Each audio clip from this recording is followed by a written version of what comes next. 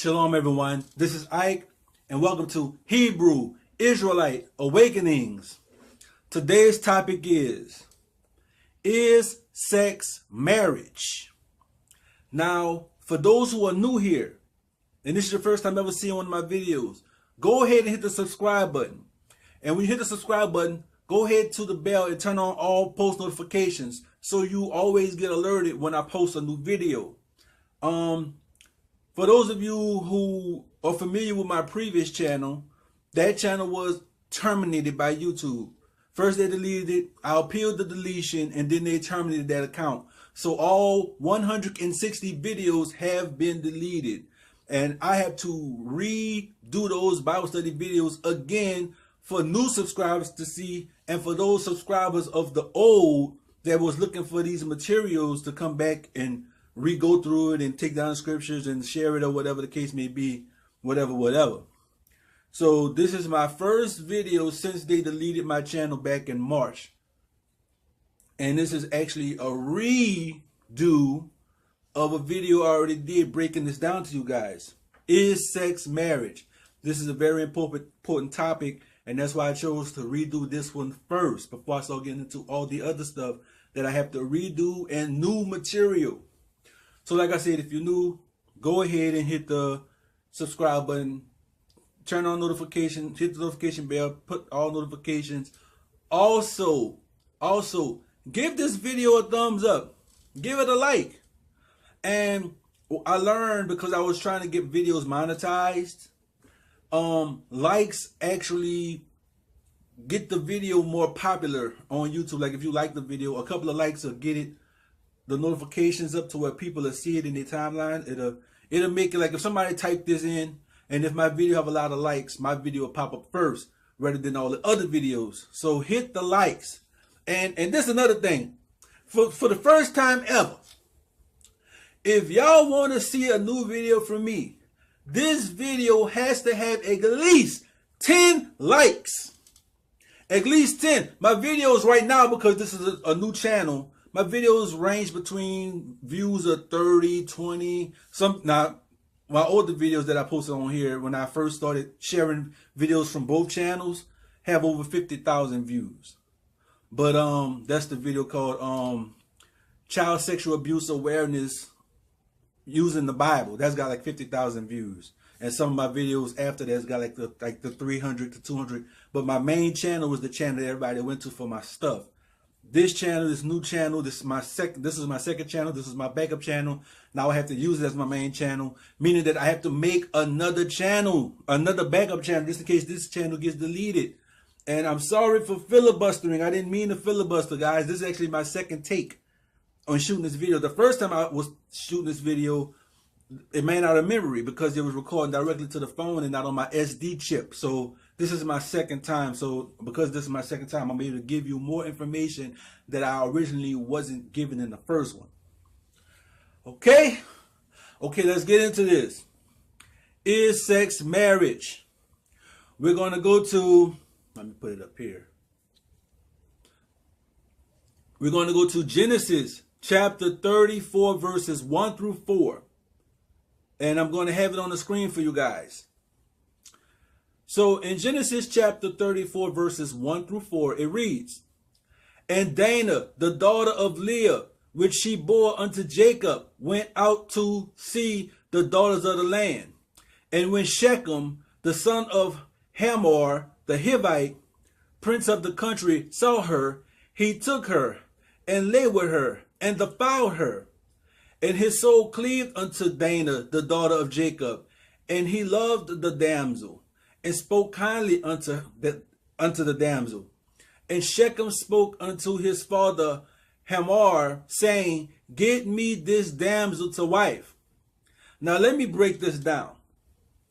Now, Leah is the daughter of Jacob. She is the sister of the children of Israel. She was their only sister. She went out to see the daughters of the land. She wanted to find some female acquaintances to, to socialize with. She wanted some female companions. She was surrounded by brothers. She wanted some girls to associate with. So she went out to this land, the land of the Shechlemites, and Shechem saw her. He was the prince. He saw, he snatched her up. He raped her. Other versions tell you plainly that he raped her. He forced her. He defiled her. He raped her. And after he got finished raping her, he started liking her. He was like, you know, dang, she beautiful. Why did I, you know, I want this woman to be my wife. He started speaking kindly to her. So when his daddy came in, Hamar, he told his daddy, Dad, I want this woman to be my wife. Go to her father. I'm going to paraphrase the rest of it because I didn't put the rest of it in here. You can read the rest of it. You can go to Genesis chapter 34 and you can read the whole story for yourself. I'm going to paraphrase the rest of it.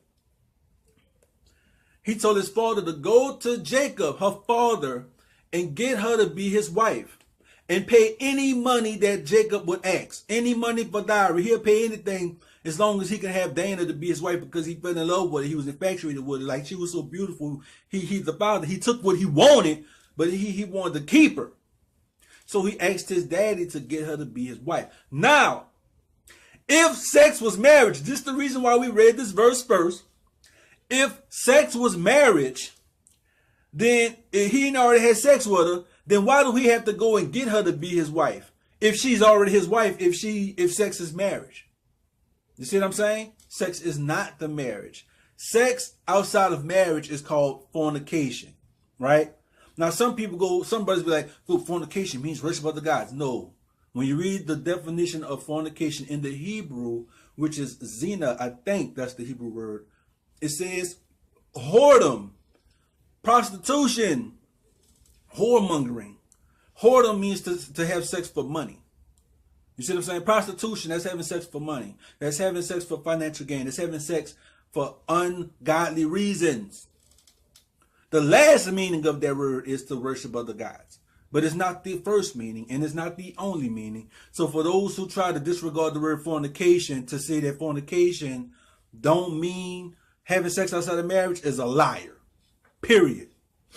But let me go ahead and finish paraphrasing this. I don't want this video to be long because this ain't that long to break down. Hamar went to Jacob saying, yo, my son, he defiled your daughter. He wants to marry her. He'll pay anything. Could you please let us take this woman to be his wife, please? And Jacob was distraught about it. He said he was thinking on it. The brothers came. The brothers found out. The brothers was furious. You know, the children of Israel was furious that their sister had been defiled and raped. So they said to the man, they was mad. They said, look, it's against our law to give one of our daughters, one of our people, to uncircumcised heathens. The only way we can give our sister to you, our daughter to you, is if your men get circumcised and become one like us. And they said, cool, we'll do it. So he went back and told his people the only way that he can take Dana to be his wife is if everyone gets circumcised. And everybody agreed to that they would get circumcised so they can trade daughters back and forth. So all of them got circumcised. Everyone in that land, in that country got circumcised so that we could trade daughters or whatever.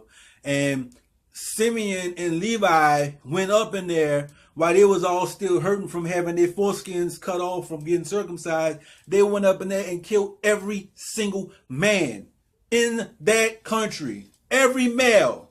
And Shechem and his daughter and his father Hamar. Killed them all and snatched their sister up and brought her back to the land of Canaan. And said, we shall not give our daughters to these people, these heathens. It is against the Most High to do so. And when you read in the book of, I think it's Jasher, it goes into more detail when they said that no Israelite should give his daughter to any of the people of the heathens. And if they do, they shall surely die. And if anybody of the heathens defile our daughter, they shall surely die. So it was a proclamation made in Israel that none of the daughters of Israel shall be given to the heathens. And if any of the heathens did to any of our daughters as the Shechlemites did to Dana, they should surely die. And I may put that in the description box for you so you can read it for yourself because, you know, I don't make stuff up. I'm giving you facts. The last verse we're going to. Exodus chapter 22 verses 16 and 17. Now we're going into the law. The law about having sex outside of marriage. The topic is sex marriage? I already told you it's not. And this is the law that's going to prove it. This is the law that is going to shut that lie up.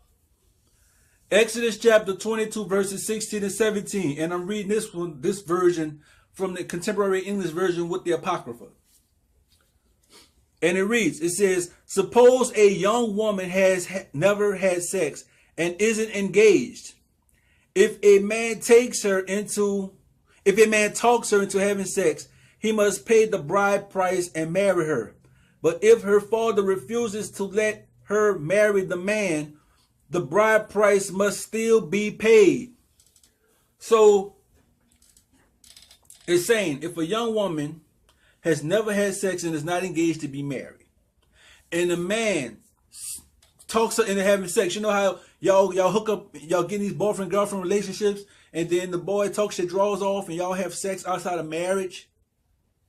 It says he must pay the bride price for a virgin and then marry her. So after a man has sex with a woman he's fornicated with, he's supposed to pay a penalty for doing that. He has to pay a burden, a bride price. He can't just have her for free. Like if I wanted to be engaged to your daughter, I would go to you and ask the father for permission, the parental blessing.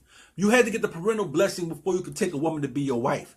You couldn't just go up to a woman and say, yeah, I want to marry you. And she was like, okay, let's get married. And y'all got married. Boom. No. You had to get the parental blessing for marriage. If you went and had sex with a woman without getting a parental blessing, then you had to pay a financial penalty, the bride price for a virgin. But it says here, it says, but if her father refuses to let her marry the man, the bride price must still be paid. So if the man has sex with the woman and then went to the father saying, look, man, I had sex with your daughter. I love your daughter. I want to marry her. The father be like, you had sex with my daughter? I don't know you. I don't like you. I don't want my daughter to be with you. I don't want her to be a part of your family. This ain't happening. You're not marrying my daughter. And because you defiled my daughter, you have to pay the bride price. You have to pay for her and you still can't get her. But that's his penalty. So we see in the law, this is the law. Exodus chapter 22, verse 16 and 17. This is the law. And no matter what version you can read the Contemporary English Version, you can read the King James Version, you can read the New International Standard Version. Whatever version you want to read is going to say the same exact thing. It's the law. Sex is not marriage. And if a man has sex with a woman that he's not married to, he has to pay a bride price as a penalty. And the bride, I think the bride price for a virgin was 50 shekels of silver, which was like the equivalent of like a couple $1,000s. And like back then, those silver shekels was worth like, I think, thousands of dollars in our money today.